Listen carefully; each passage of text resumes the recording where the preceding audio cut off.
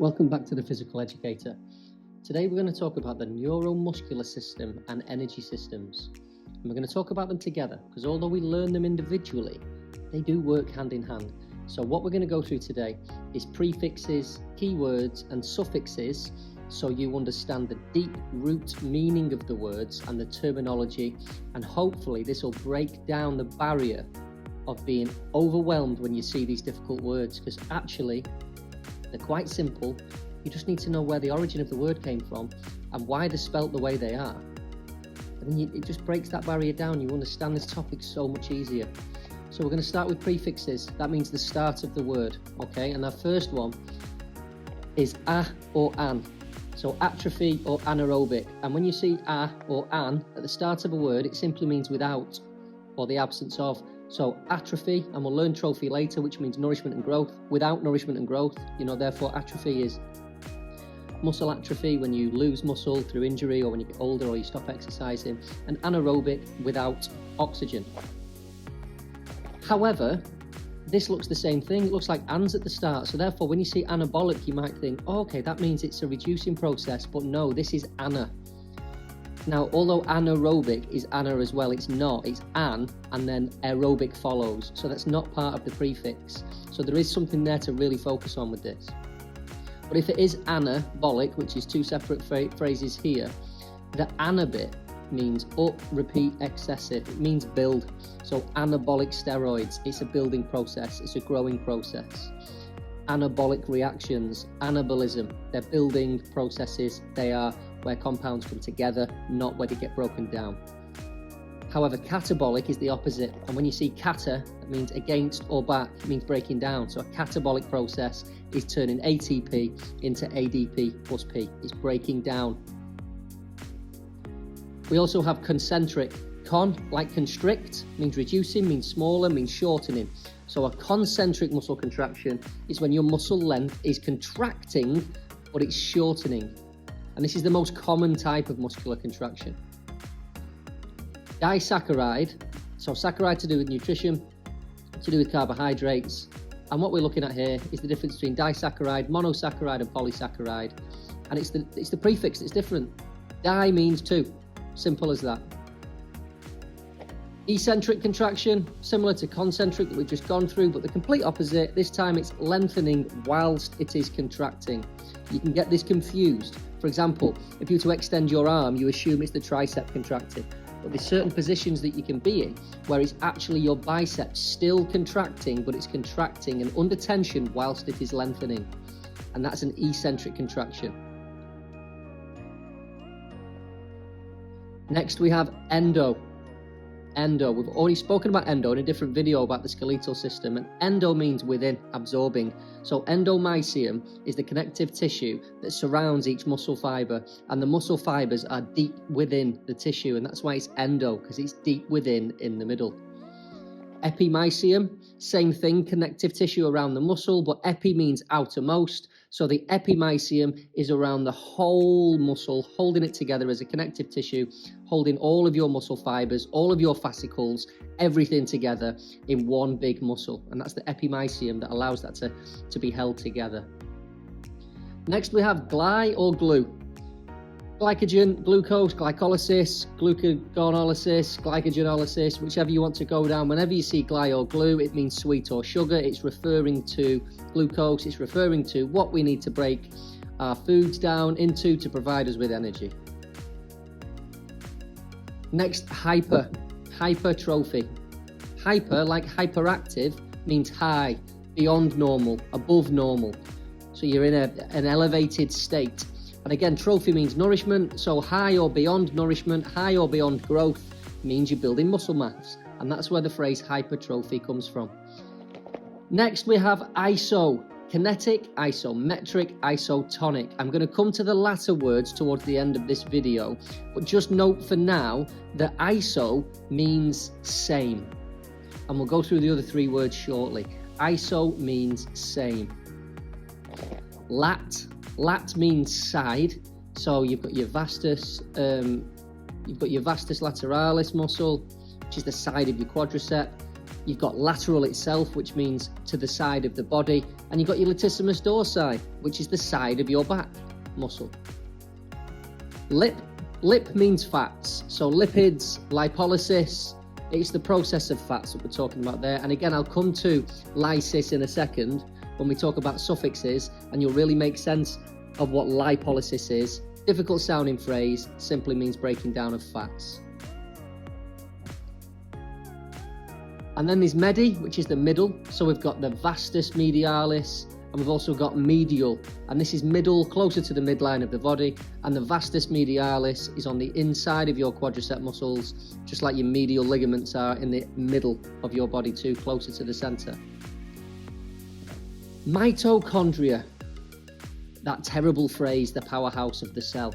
But it is where most ATP is generated, and it is because it's thread-like. And because it's thread-like, it has a process to go through where the surface area is so much bigger, and therefore more energy can be produced and more ATP can be produced. And it's because of this thread-like that this happens, and that's what mito means, thread. Vastus intermedius, this time inter, so within, between, among. The vastus intermedius muscle within your quadriceps is the one that is in the middle, deep within the middle, just underneath your rectus femoris. Mono, we've already covered di. Monosaccharide and also monounsaturated fats means one, solo. So monosaccharide is a glucose molecule. Monounsaturated fats is one double bond. Simple as that. Myo, anytime you see myo, it's just referring to muscle. So if you see it in the context where you don't know if it's a muscle question or not, because you see myo, you know it's associated to muscles, so that allows you to answer from a muscular system perspective. So myoglobin, the oxygen within the muscle. Myofibril, the fibers within the muscle. Mycium, the muscle itself. Simple as that.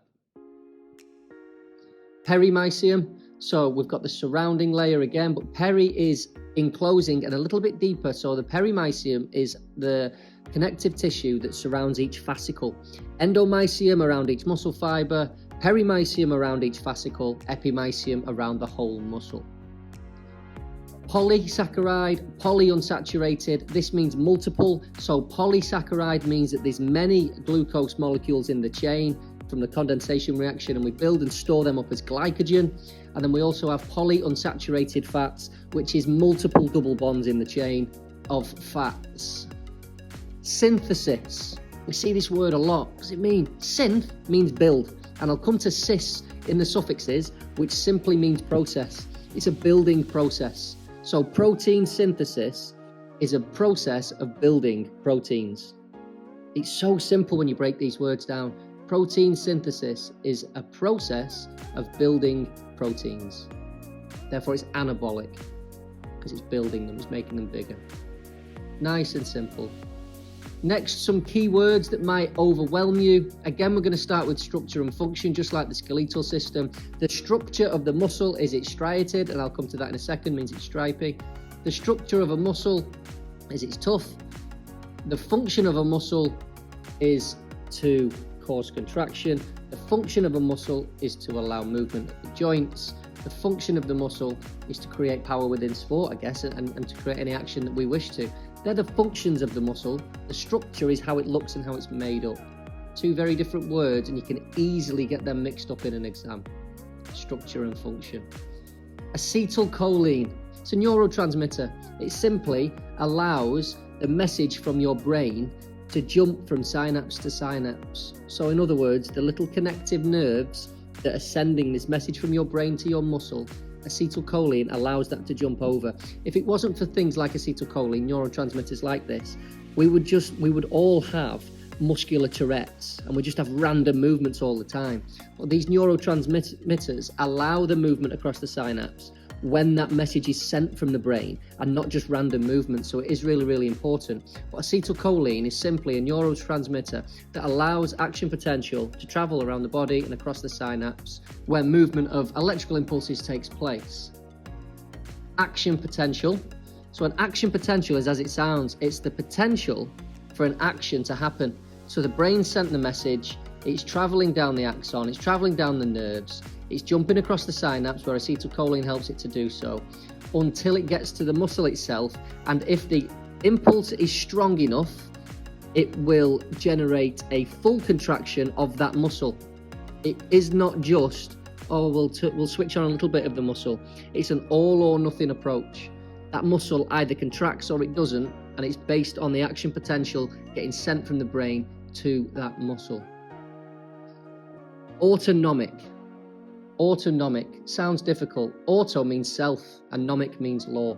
So it's the self-regulation of your nervous system. That's the autonomic. And within the autonomic nervous system, we have parasympathetic and our sympathetic nervous system. And I'll come to them shortly. But the word autonomic simply means self-law. So it's the self-regulation of your nervous system. Cholinesterase or acetylcholinesterase, because it's an ase as a suffix. Again, I'll come to this in the suffixes. An ase simply means an enzyme. So it's acetylcholine or choline esterase. Because it's an ase, it's an enzyme. It's helping to break down acetylcholine into choline and acetate. Simple as that. DOMS, delayed onset muscle soreness. Everyone's worst enemy after you've done some exercise. If you're new to exercise, you'll probably think when you wake up you're injured, but you're not. It's delayed onset muscle soreness. It's micro tears in the muscle fibers that needs to happen in order to repair and grow back stronger. Enzymes, as I've spoken already, these can enable catabolic reactions, which I've just spoke about, where we break down acetylcholine into choline and acetate, but it can also be part of the anabolic reactions, such as ATP synthase, where we're building and generating and producing ATP from ADP plus an inorganic phosphate. And next we have striated, which is a stripy appearance of the muscle fibre, stripy appearance of the muscle tissue itself, because it's built of fibres and it looks straight and stripy. Spoke already about the autonomic nervous system. So auto means self, nomic means law, so it's our self-law of our nervous system. And this is how it works with the sympathetic and the parasympathetic nervous system. Now the sympathetic means fight or flight. Parasympathetic means rest and digest. Okay, so we might need our eyes to dilate, we might need adrenaline, we might need an increase of oxygen, we might need an increase of energy and glucose release. That's the sympathetic nervous system. We're preparing to fight in a situation, or we need energy to run away from a situation. When our body needs to come back to rest or to relax, we enter the parasympathetic nervous system, and that's where we rest. Our heart rate comes down, there's not an increase in energy release, our eyes aren't dilated and extra alertness, and we also encourage blood flow to our digestive system to allow us to digest our food comfortably. And that's the difference between the sympathetic and parasympathetic nervous systems. And lastly, we're going to go through suffixes. This is how the word ends, and hopefully again this will make sense of some words for you. And firstly, we've got ase, which is referring to enzymes, as I've already explained. And it's dead simple, because ase just fits at the end usually of the word that we're either anabolically building up or catabolically breaking down. So ATPase is breaking down ATP into ADP plus an inorganic P. ATP synthase, we've got that word synth, which we've already learned means build. So we're building ATP from ADP plus P. We're building it. That's what synth means. Creatine kinase, we're breaking down creatine. Cholinesterase, we're breaking down acetylcholine into acetate and choline. And that's what ase means. Simple as that. It's an enzyme. Bolic is a process. Anabolic, catabolic, metabolic. Ana, building up. Cata, breaking down. Meta means after. So therefore, it's an after process. You know, once your metabolism starts working, that's what it means. Bit of a loose one really with the phrasing. Don't read into metabolic too much with the origin of the word. It's not 100% clear like some of the other ones are, but that's what it means anyway, a process. Another one that means process is SEHS, and you hear this a lot within biology, sports science, A-level PE, or even at degree. Synthesis, it's a building process. Glycolysis, and I'll come to lysis in a second with all the other three. So synthesis is a building process. Well, if you see lysis at the end of the word, the ly bit, the lyse, means it's breaking down, just like the lysosome within the the general animal cell, you've got a breaking down process. You've got glycolysis, breaking down glucose into pyruvates. You've got glycogenolysis, breaking down glycogen into glucose. You've got lipolysis, breaking down fats into glucose. So lysis is just breaking down, and then after you've figured out the breaking down, look at what comes before it. Glycose, so it's breaking down glucose. Glycogen, so it's breaking down glycogen. Well, what do we break glycogen down into? Well, glycogen's a long chain of glucose, so therefore we must be breaking it down into glucose. Lipolysis, well, why would we want to break fats down? We need energy. We can only use glucose for energy. So therefore, lipolysis is breaking down fats into glucose, and that's the process.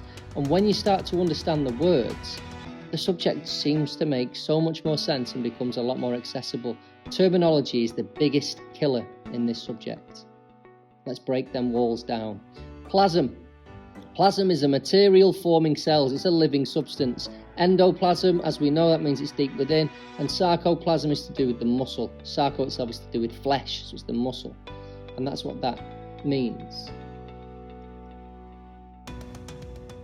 Trophy, we've already spoke about meaning without, and we've spoke about hyper, meaning high, beyond, excessive, more. So therefore, trophy means nutrition, growth, or nourishment. So atrophy is without nourishment, growth, or nutrition, and hypertrophy is excess or in growth of nutrition and nourishment. So therefore, when you build muscle. And our last three is to do with iso. Iso means same. Kinetic means movement. So isokinetic is when your muscle is contracting at the same tension and the same force. It's a difficult thing to do without an expert, a professional, or even machinery to help you do isokinetic movement. That's why you don't hear it as often. It's very effective when used properly, but it's the same movement. That's what it means. Isometric, metric, like the metric system, is length. Isometric, same length. Therefore, something like the plank, standing with your arms out in a T shape, doing a ski sit on the wall. Any of them things, your muscles are contracting, but the length of the muscle is not changing, and that's isometric. Isotonic, as we know, is when your muscles do move, they do contract, and this is where antagonistic muscle pairs come in to play, particularly in our studies. Same, and then tonic means to stretch. So we've already looked at eccentric and concentric contractions. That is to do with isotonic contractions. So concentric is when it shortens, and the antagonistic muscle, the other muscle that's not working, that's relaxing, is stretching and relaxing. We then have eccentric contractions, where the muscle is under tension whilst it stretches, whilst it lengthens. And that's what isotonic is referring to. It's the stretch of the muscle under tension, and it's the same. Same stretch, same length for isometric, same movement for kinetic. I hope this information has helped. You might have to watch it a few times for it to sink in. You might want to write it down to help you. But break down these words. Type in prefix and suffix into Google. Go and learn some of these phrases yourself. Go and learn some of these words. If you understand the terminology of biology, if you understand the terminology of sports science, you make the content so much more accessible for yourself. Good luck. More videos to come. I hope to catch you again soon. Goodbye.